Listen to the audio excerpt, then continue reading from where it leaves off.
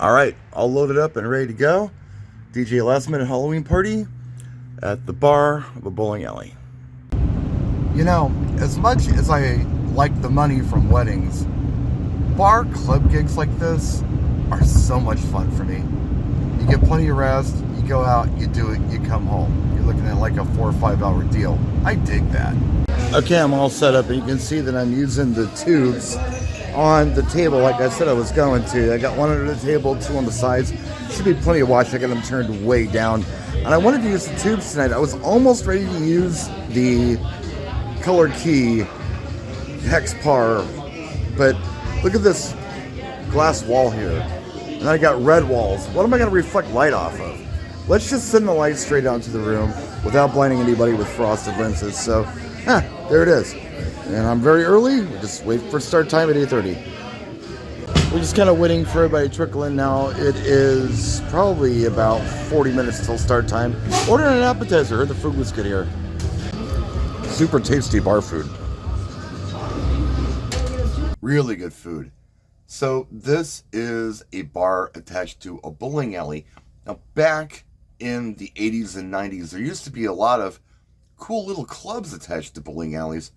I thought this might be what was going on, but no. This is a legit bar in a bowling alley that stuck a DJ in the corner for Halloween. And there weren't a lot of people that showed up for this, but we got a few, and we got a little bit of dancing. I think the capacity of the place is like 60 people, and I don't know, we may have had 40 or 50 in there tops throughout the night. See the guy in the Ghostbuster outfit? Right there at the bar, he came in by himself. He sat there all night. And there's more about him coming up here in a little bit. But yeah, here you see I attempted a line dance and only 2 people knew how to do it. So they were more interested in drinking than they were any kind of dancing. So what I was doing was I was looking around the room and I was finding costumes and playing theme songs for the costumes. They really enjoyed that. And there were a lot of requests for Halloween songs. I was kind of surprised by that. They wanted Werewolves of London. They wanted Monster Mash. They wanted Superstition. They wanted a lot of that stuff. For the guy with the crocodile outfit, I did play Men at Work Down Under. Of course, I played Ghostbusters. For the costume winner here, there was costume prize for Best Male, Best Female, and Best Couple. And they were gaming certificates. So I think they were for bowling or pool or whatever kind of games they do there at the bowling alley. You can see the Flapper Girl. She won Best Female. She had to have been in her 80s. So the age group was all over the place. They were from 21 to 80.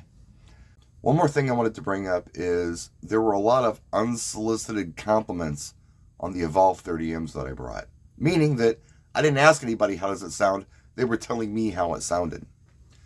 The criticism was, people have brought in speakers in there before, and it's been so loud, they walked out with sore ears and a stomach ache.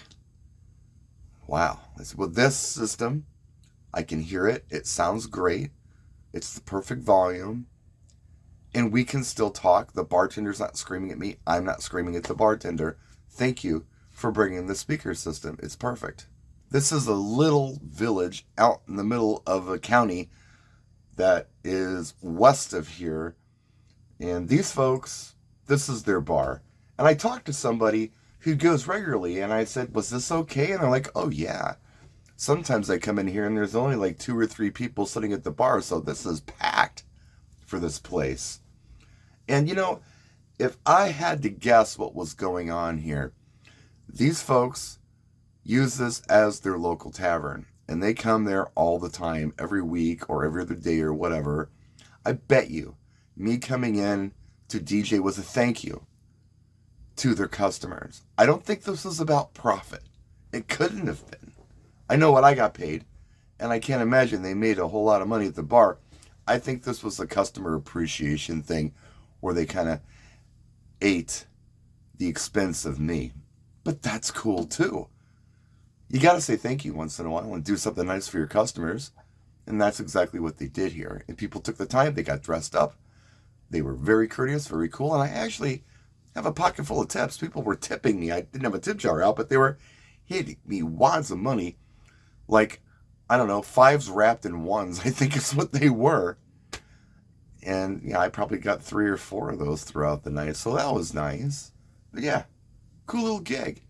And looking back on this, I'm thinking that Milwaukee really screwed up this year because I had people contacting me looking for somewhere to go. They had a costume all set, they wanted to go out for Halloween, and they couldn't find anywhere to go. I know people who went to Illinois for things because they couldn't find anything to do up here. And the reports back I'm getting was they didn't really have a lot of fun, or the band wasn't that great, or whatever. We could have done something cooler here. Could have advertised it better. There were a lot of people who wanted to go out and have fun. And it's not just about 21-year-olds. For Halloween, you need to do something that's for everybody. You know, from 21 to 80. You have to do this kind of stuff. And have the environment to accommodate people and advertise it so they know to go. I wish Safe House would have done something, because we always had a really good Halloween turnout. It was a lot of fun. And I think people miss it this year. But hopefully next year we'll be back doing that. In the meantime, we'll be back at Safe House the day before Thanksgiving. That's booked and that's on the schedule. It's going to happen. But anyway, yeah, that's the gig. And it was last minute again. Somebody was in need. Their DJ bailed for one of their mobile events. They were going to do this one and have their DJ do the mobile event. But seeing how they had a DJ bail, they had to do the mobile event and farm out the bar, because what could go wrong? It's a bar gig. Just show up and play. And I'll also say that I didn't have to bring as much as I brought. I brought the Pro Vent table and the lights. If I hadn't brought lights, I don't think they would have missed them. And I probably could have gone with my little keyboard stand compact club bar system that I built for a Safe House. That probably would have been fine here. It would have been less to carry. With that mixer and that laptop stand, it's like 22 inches long, and you can put it in a real small space. That and speakers probably would have been fine. So, went a little overkill on it.